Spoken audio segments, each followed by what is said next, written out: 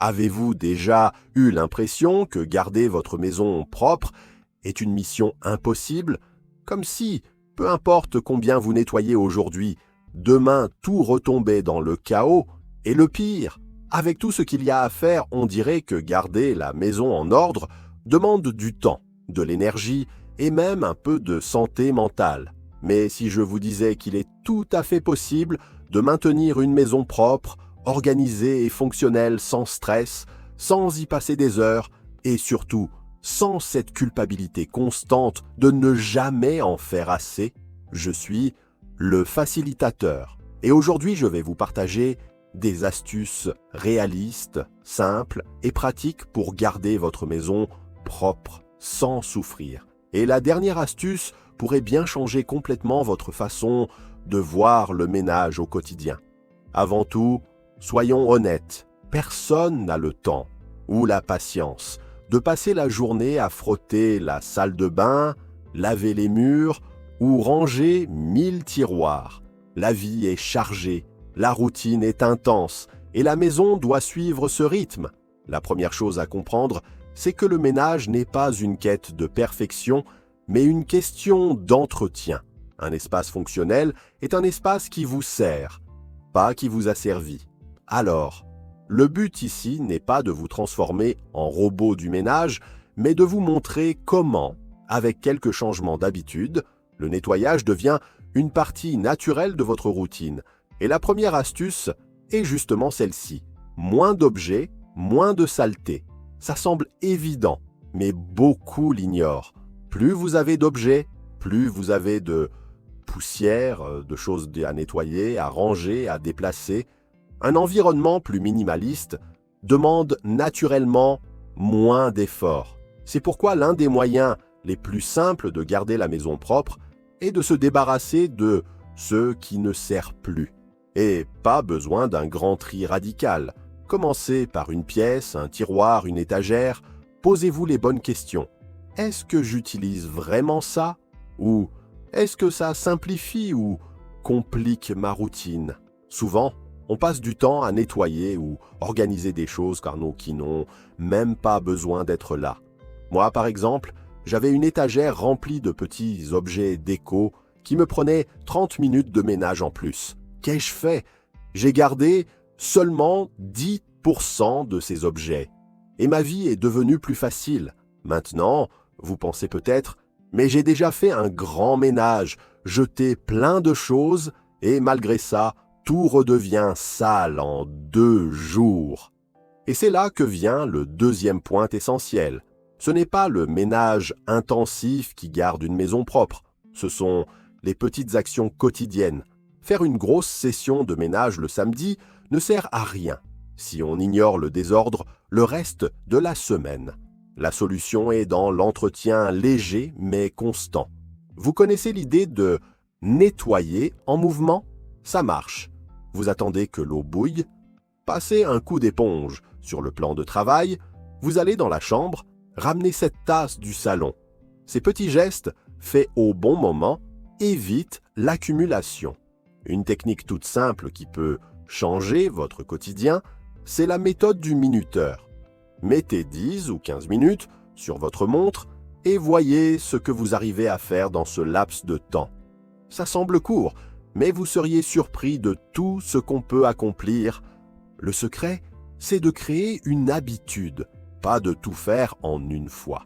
D'ailleurs, petite question, avez-vous déjà chronométré combien de temps vous prend le rangement d'une pièce qui semble en désordre total?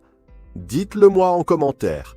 Vous verrez que ce qui semble énorme ne prend parfois que 7 ou 10 minutes. Autre point important, avoir les bons outils. Pas besoin d'équipement hors de prix, mais des outils pratiques et efficaces. Un bon aspirateur à main, des chiffons en microfibre qui nettoient vraiment. Un pulvérisateur avec un produit multi-usage, toujours à portée. Avoir le bon matériel et à portée de main accélère tout.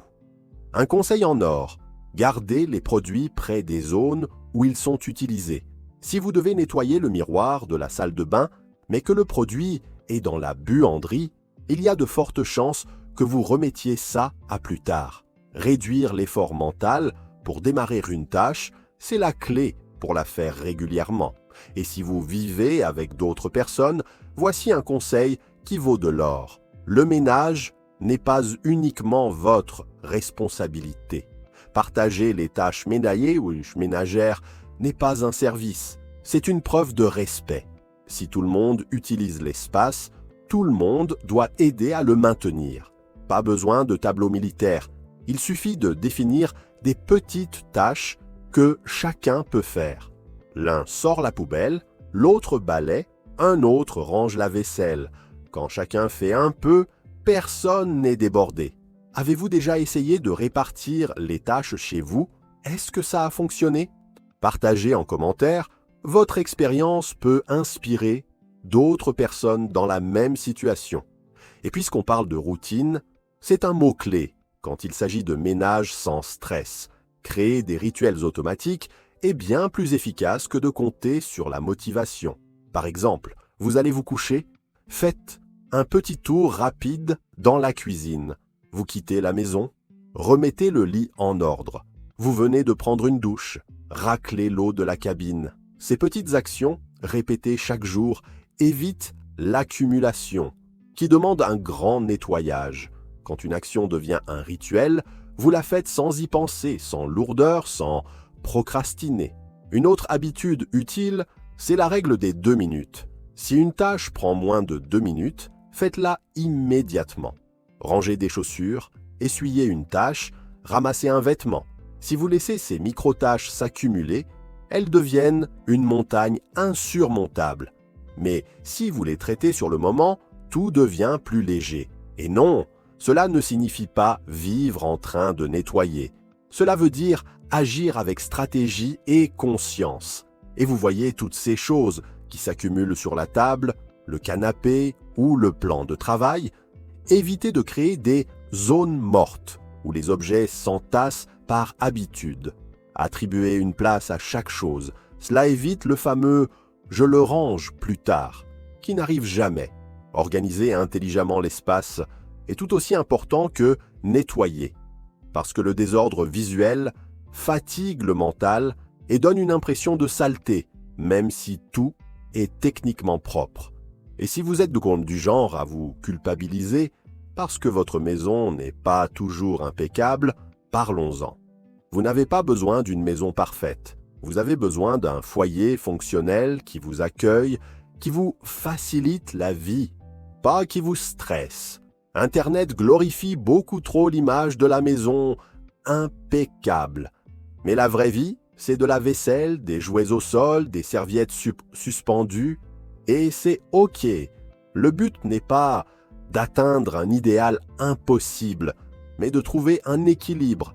Et en parlant d'équilibre, voici une astuce qui peut paraître étrange, mais qui fonctionne. Nettoyer avec plaisir.